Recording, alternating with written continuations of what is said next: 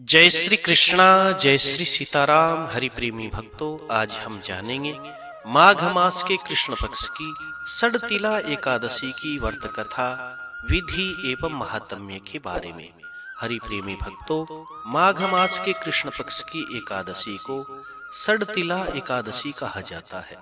इस दिन को सड़तिला एकादशी इसलिए कहा जाता है क्योंकि इस दिन तिलों का 6 प्रकार से प्रयोग होता है। 6 प्रकार से प्रयोग किस विधि से तिलों का करना चाहिए, यह सब भगवान श्री कृष्ण कथा के बीच में अर्जुन को बताएंगे। इस दिन काले तिल के साथ श्यामा गाय अर्थात काली गाय का दान करना विशेष महात्म्य बताया गया है।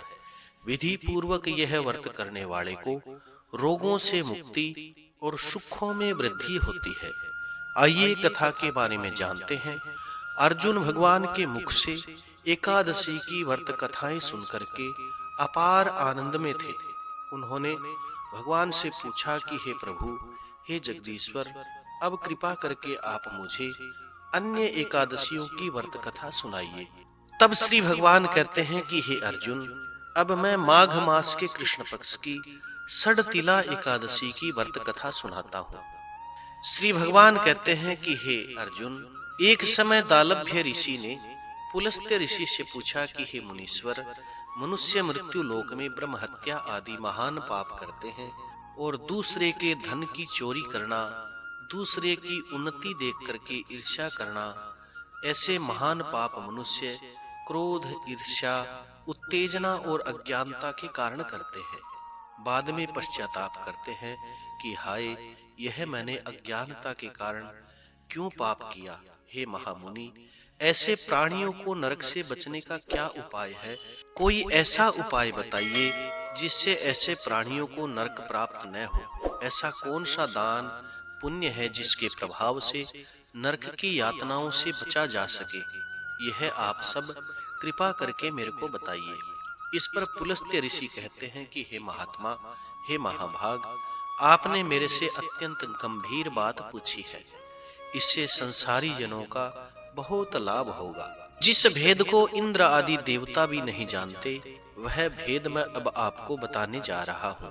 पुलस्त्य ऋषि कहते हैं कि हे महात्मन, माघ का महीना आने पर मनुष्य को स्नान आदि करके शुद्ध रहना चाहिए, अर्थात नित्य प्रति सूर्य उदय से पहले स्नान करना चाहिए। अपनी इंद्रियों को वश में करके काम, क्रोध, लोभ, मोह, ईर्ष्या तथा अहंकार आदि से सदा बचा रहना चाहिए। पुष्य नक्षत्र में गोबर, कपास, तिल मिलाकर के कंडे उपले बनाना चाहिए। उन कंडों से 108 बार हवन करना चाहिए। जिस दिन मूल नक्षत्र हो और सड़तिला एकादशी का दिन हो, तब अच्छे पुण्य देने वाले नियमों को ग्रहण करना चाहिए। स्नान आदि नित्य क्रिया करके देवों के देव भगवान श्री नारायण का पूजन कीर्तन करना चाहिए। एकादशी के दिन व्रत करना चाहिए और रात्रि को भगवान के आगे दीप जला करके जागरण करना चाहिए, हवन करना चाहिए। दूसरे दिन अर्थात द्वादशी के दिन भी भगवान का धूप दीप से प्रसाद चढ़ा करके पूजन करना चाहिए। पुष्प और पुष्पों की माला से श्रृंगार करना चाहिए और खिचड़ी का भोग लगाना चाहिए। उस दिन भगवान को पेठा, नारियल, सीताफल, सुपारी सहित अर्घ देना चाहिए। इस प्रकार अर्घ दे करके भगवान की स्तुति करनी चाहिए कि हे भगवान जगन्नाथ, आप निराश्रितों को शरण देने वाले हैं, अर्थात जिनका संसार में कोई नहीं, उनको आप शरण देते हो। हे प्रभु, आप संसार में डूबे हुए का उद्धार करने वाले हो। हे पुंडरीकाक्ष, हे कमल नेत्रधारी, हे विश्वविधाता, हे सुब्रह्मण्य, आप लक्ष्मी जी सहित मेरे इस तुच्छ अर्घ्य को स्वीकार करिए। इसके पश्चात ब्राह्मण को जल से भरा हुआ कुंभ अर्थात मटका दान तिल के सहित करना चाहिए। यदि संभव हो तो उस दिन गाय का दान और तिल का दान अवश्य करना चाहिए। श्री भगवान कहते हैं कि हे अर्जुन, इस प्रकार मनुष्य जितने तिल दान करता है, उतने ही हजारों वर्ष तक वह स्वर्ग में निवास करता है। इस दिन तिलों का 6 प्रकार से प्रयोग करना चाहिए। पहला प्रयोग है तिल मिले हुए जल से स्नान करना। दूसरा प्रयोग है तिल के तेल का उबटन लगाना अर्थात मालिश करना। तीसरा है तिलोदक अर्थात तिल मिले हुए जल से पितरों का तर्पण करना।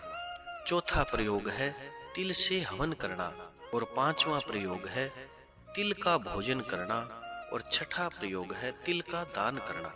इस प्रकार 6 रूपों में तिल का प्रयोग करने से यह माघ मास के कृष्ण पक्ष की एकादशी षडतिला एकादशी कहलाती है।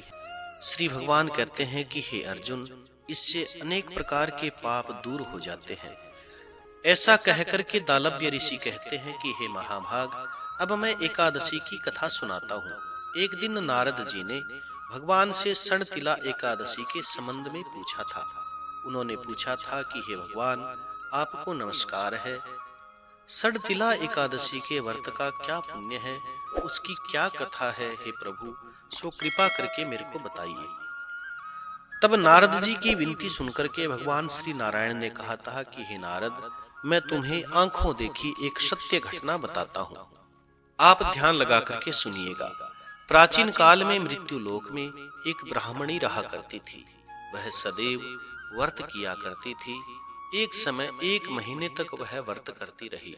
उसका शरीर अत्यंत दुर्बल अर्थात कमजोर हो गया। वह अत्यंत बुद्धिमान थी, फिर भी उसने कभी भी देवताओं के निमित्त ब्राह्मणों को और किसी गरीब को कभी भी अन्नदान नहीं किया। श्री भगवान कहते हैं कि हे नारद, तब मैंने सोचा कि इस ब्राह्मणी ने व्रत आदि से अपना शरीर तो पवित्र कर लिया और इसको भगवान के लोक की प्राप्ति भी हो जाएगी, परंतु इसने कभी भी अन्नदान नहीं किया और अन्नदान के बिना प्राणी की तृप्ति होना बड़ा कठिन है। ऐसा सोच करके श्री भगवान कहते हैं कि हे नारद, मैं मृत्यु लोक के अंदर गया और उस ब्राह्मणी से अन्न की भिक्षा मांगी। तब उस ब्राह्मणी ने मुझे भिक्षा देते हुए मिट्टी उठाई और उसका एक पिंड बना करके दे दिया। श्री भगवान कहते हैं कि हे नारद, मैं उसे लेकर के स्वर्ग में लौट आया। कुछ समय बीतने पर वह ब्राह्मणी अपने नाश्वर शरीर को त्याग करके स्वर्ग में आई। मिट्टी का पिंड दान करने के प्रभाव से उसे उस जगह एक आम के वृक्ष सहित घर मिला, परंतु उसने उस घर को अन्य वस्तुओं से शून्य अर्थात खाली पाया।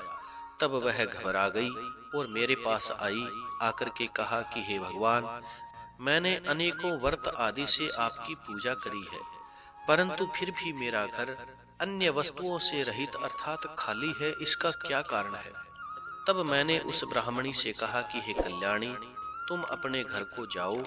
जब देवताओं की स्त्रियां तुम्हें देखने, तुमसे मिलने तुम्हारे घर पर आए, तब तुम उनसे षडतिला एकादशी का व्रत महात्म्य और विधि पूछना।